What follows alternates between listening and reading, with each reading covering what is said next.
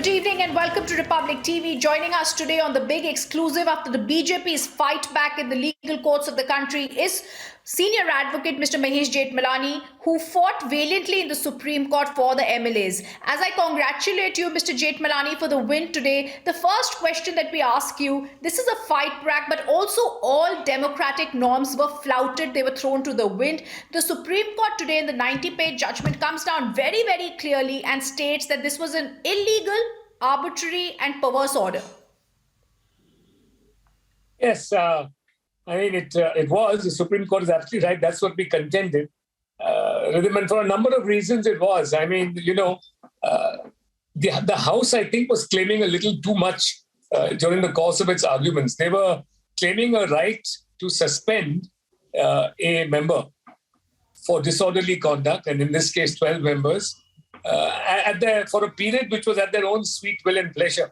I think the Supreme Court confined them to their limits in law and rightly said that this was unconstitutional. And indeed, it was unconstitutional because, the powers enjoyed by every legislature in India, as per 194 of our constitution, is the same that was enjoyed by the House of Commons of UK in 1950 when we adopted our constitution. And the UK House of Commons never had the power to suspend beyond the period of the suspension, the period of the session in which the breach was caused or the order of suspension was passed.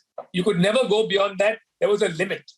The maximum period of suspension was always limited to the end of the session. If you notice, it's never been done in this country where it's any legislature that is punished for contempt has, as a rule, punished only for the term up to the end of that session in which the breach was committed or the order passed. And the recent Rajya Sabha suspension of 12 MPs was also only for the remainder of the session and hedged with the condition that if they apologize, the suspension would be revoked on apology. What do you think the political implications for this would be? I understand that you can't comment much on this, but now the BJP has the majority in the state of Maharashtra that it had previously enjoyed before the July 2021 suspension of the 12 BJP MLAs. Well, then you know something that I don't know, because I don't think it's still got a majority. Whether they've got a majority or not is for the political, leaders of the state to present that majority in the House. So that part I'm not aware of at all. I was more concerned only with the legal battle. And I felt particularly strongly about it because I think, what the Maharashtra Legislative Assembly had done and was claiming to have done rightly, I think was a little excessive, not a little excessive, substantially excessive, well beyond their powers. And I think the Supreme Court needed to check what I consider to be a matter of legislative tyranny. If this happened, if this precedent was set down, almost every legislative majority in every state or at the center could have reduced, by way of suspension, the minority party, right, to being almost non-existent in the House for the entire period, because they said whatever, short of expulsion, suspension can be almost any period. Can we call this, Mr. Jethmalani, partisan politics at play at work here? Yeah, look, I have to say it's partisan. I have to say it's partisan because the whole judgment that the Supreme Court said was irrational. You have framed your own rules. The Constitution says frame rules which are constitutionally compliant, right? For the procedure and conduct of the House's business. That includes your power to punish for contempt, breach of privilege, disorderly conduct. They've done that. Those rules have been enforced and stood the test of time. Rule 53, which deals with the kind of conduct which these 12 MPs were suspended for, that is disorderly behavior and so on, right? The same thing that was done by the 12 MPs of the Rajya Sabha in the monsoon session, right? The same thing. Rule 53 says that for that, you can punish. For the first time offense, you can ask the member or members to withdraw for the day. This is the own rule of the Maharashtra Legislative Assembly. And for a further offense, as much as you want, but not beyond the remainder of the session. So, I mean, I think they've ignored their own rules, and therefore the Supreme Court rightly said it's irrational. When you have a rule framed by yourself about the period of suspension, how can you do it for an excessive period of 1 year? So the Supreme Court said that not only is this, irrational, but it's almost perverse.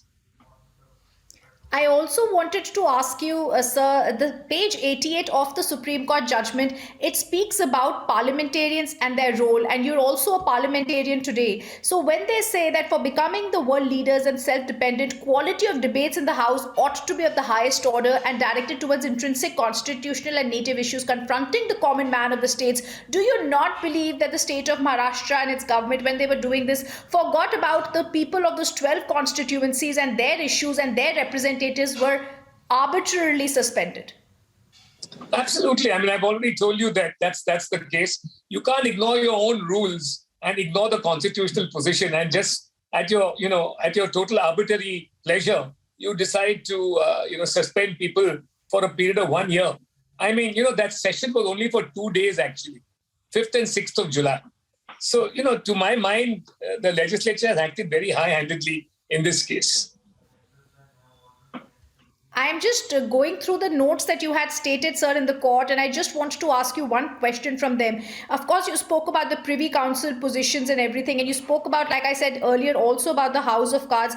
But now in this case, when you spoke about the fact that the substantial rules of procedure were not followed, you also said the Maharashtra Legislative Assembly mandated there shall be no suspension even for a second occasion of breach of privilege by members beyond the period of a session. Therefore, you said that this particular Rule 53 is also ground for judicial review. Yes, I mean, the Supreme Court has held, right, that the rules framed by a legislature under Article 208 in the case of state legislatures like the Maharashtra Legislative Assembly, they have the force of procedure established by law. Therefore, if they are violated, right, Article 21 of the Constitution is also violated. Whenever you deprive somebody of his rights, right, or in this case, his right to participate as a member, or elected member, of the state legislature, right, you are affecting his right under Article 21 of the Constitution. So, because the rule which you yourself have framed is held to be procedure established by law. Yes, my last question to you, Mr. Jethmalani, before we try and also catch you on a one-on-one on a debate with Arnab. Do you believe that the political war will escalate in the Maharashtra state after this historic verdict from the Supreme Court? That's again a political issue which I want to steer clear of, because that's left for people in the state of Maharashtra. But yes, I mean, I won't blame the BJP, the members of the BJP legislature and the party in Maharashtra for being particularly aggrieved, because 12 of the MLAs were, unnecessarily suspended and put to illegal suspension from the House for a period of almost 7 months. So I hope they are magnanimous, though they have suffered, right? I hope, and I know that they will be magnanimous, but, the duty of an opposition is to oppose. So yes, I suppose it'll become more heated with the wind beneath the sails that this judgment has provided the BJP. Absolutely. And as we thank you for being with us, I have to comment that it's always you who's now fighting for the rights of either the downtrodden, the fourth pillar, and also now politicians who are trying to get relief. Thank you, sir, for being with us. It's been a pleasure. Thank you, Rhythm, for that undeserved compliment, but thank you. Thank you, sir.